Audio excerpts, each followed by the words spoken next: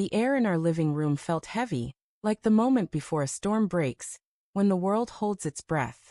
My wife, Clara, sat across from me on the beige sofa, her hands folded tightly in her lap, fingers twisting the gold band I'd slipped on her finger 10 years ago.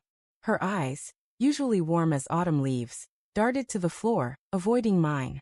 The silence was a blade, sharp and cold, slicing through the hum of the refrigerator in the kitchen.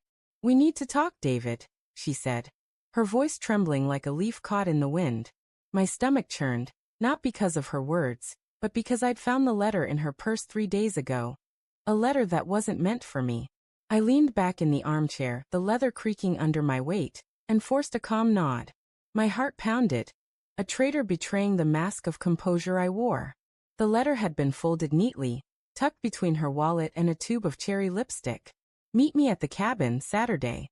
We'll figure it out." The words had seared themselves into my mind, each one a spark igniting doubt, fear, and a strange, hollow ache. I'd spent nights since then lying awake. The ceiling fans were mocking my sleeplessness, wondering who Art was and why Clara's laughter had felt so distant lately. "David," she began again, her voice softer now, almost pleading. "I've been thinking about us. About our future." Her fingers tightened around her ring, and I noticed her nails, usually manicured, were bitten down to the quick. A small detail, but it gnawed at me. A red flag I'd ignored too long. I wanted to scream, to demand who was, to shake the truth out of her, but I stayed still, my hands gripping the armrests like lifelines. "I think we need a change," she said, her eyes finally meeting mine, glossy with unshed tears.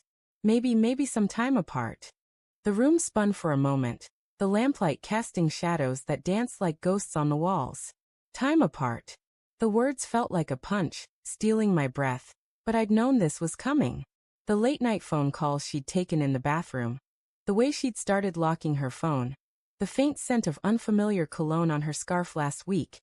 It all pointed to a truth I didn't want to face. Yet I'd rationalized it. Clara was stressed, I told myself.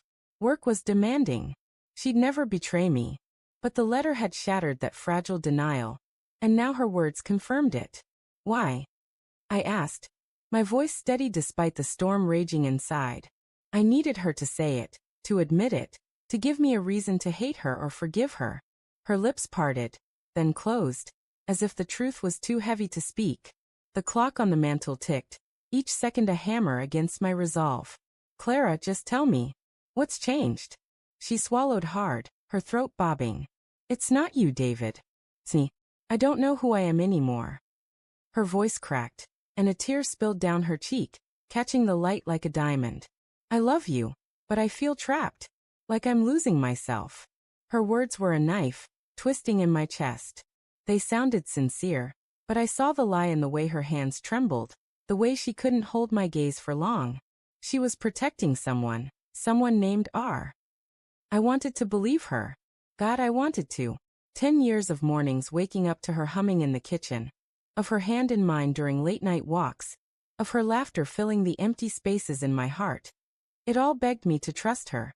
But the letter burned in my memory, and the weight of her secrets pressed against my ribs. "Trapped," I echoed, tasting the word like bitter medicine. "Is that why you've been sneaking off? Why you're meeting someone at a cabin tomorrow?"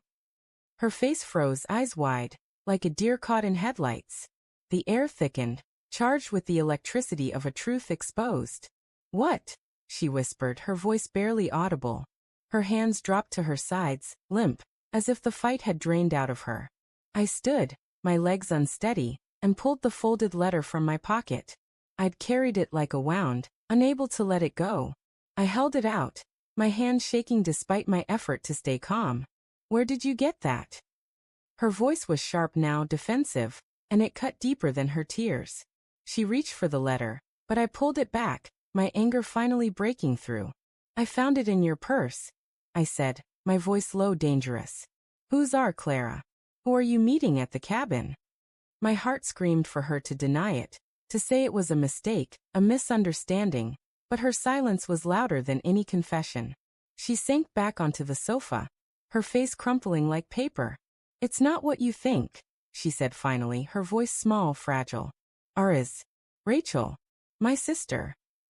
The words hit me like a slap, and for a moment I faltered. Rachel, her older sister, who lived 3 states away. But the doubt lingered, a shadow that refused to dissipate. She's been helping me plan something. For us. For you. Her eyes searched mine, desperate for belief, but the cracks in her story were too wide. Then why hide it? I demanded, stepping closer, the letter crumpling in my fist. Why the secrets, Clara? Why the locked phone, the late nights, the lies? My voice rose, raw with the pain I'd bottled up for weeks. I wanted to shake her, to make her feel the weight of my heartbreak. But I stopped short, my hands clenched at my sides.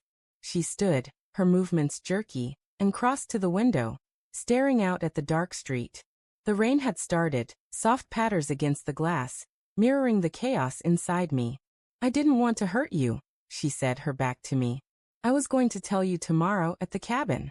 Rachel's been helping me arrange a surprise. A vow renewal. For our anniversary. Her voice broke and she turned, her face a mask of guilt and fear. I've been distant because I was scared you'd find out. I wanted it to be perfect. My knees buckled, and I sank into the armchair, the letter falling to the floor. A vow renewal. The words felt like a lifeline, but they didn't fit. The cologne, the locked phone, the late nights, they didn't add up to a surprise party. You're lying, I whispered, my voice hoarse. If it's just a surprise, why do you look so guilty? Her eyes widened, and then she crumbled, sinking to the floor, her sobs shaking her shoulders. I'm so sorry, David, she choked out. There's no vow renewal. I've been seeing someone. His name's Robert.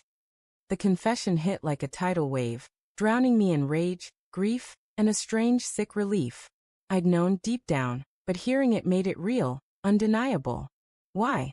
I asked again, my voice barely a whisper now. The room felt smaller, the walls closing in. She crawled toward me, her hands reaching out, but I flinched away. I don't know, she sobbed. I was lost, and he made me feel seen. But I love you, David. I swear I do. I stood, my vision blurring with tears I refused to let fall. The letter lay crumpled on the floor, a symbol of the trust we'd lost. I'm going to the cabin tomorrow, I said, my voice cold, final. I want to meet Robert. Her sobs grew louder, but I walked out, the rain soaking me as I stepped into the night, knowing the real betrayal wasn't just her affair. It was the part of me that still wanted to forgive her.